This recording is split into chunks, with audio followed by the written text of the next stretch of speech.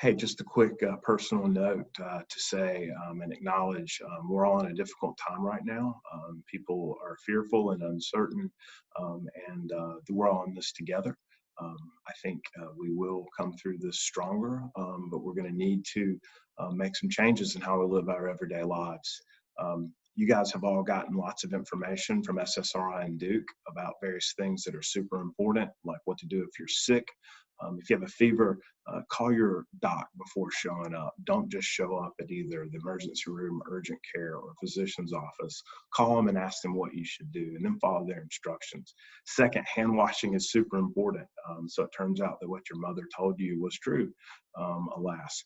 A final thing, a word on what social distancing means. People say, well, does that mean we stay 6 feet apart? Yeah, that is technically what social distancing means. But one other thing that I would just suggest is each of us in our away from work lives, try to come up with one thing each day that would have us go out of our house into a group of people and just see if there's a way we cannot do that. And then maybe the next day, try to come up with 2 of those. Little changes like this have been shown to have big impacts on reducing or at least spreading out the number of cases of infectious disease. So that's super important.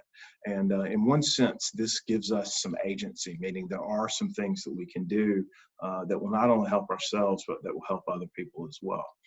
A final word about mindset, about how to think about telecommuting, which most of us are doing. My granddaddy was a farmer, and he was an acute planner. Farmers know what they have to do and when they have to do it. And so timing is very important. But when people would ask him questions, no matter what the question was about, like they'd say, "Hey, Pete, are you going to come to the fish fry tomorrow night?" He would always answer something like this: "Well, yes, Lord willing, but the creek don't rise." Now, what Lord willing, but the creek don't rise meant is that he had plans, but he also is in touch with the idea that sometimes things disrupt our plans. Farmers really know that intuitively and inherently because sometimes it rains too much and sometimes it doesn't rain enough. And so the best laid plans still might turn out for a bad crop in a given year. I think most of us are used to having things work out mostly in our lives. And so this represents a real challenge for us. So as we're at home trying to work, try to come up with something that's important to your job that actually embraces being solitary, something that needs time and focus, something that you've been putting aside that needs to be done that just never could rise to the top because you had so many day-to-day things to do. And then second, the Lord willing and the creek don't rise just means sometimes you might not be able to get it done. You may really struggle someday and not be able to work.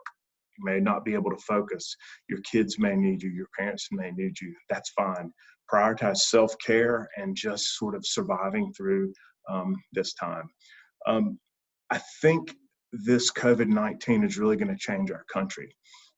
There's some easily to identify bad ways in which it might change it, but I think maybe it could have some positives as well.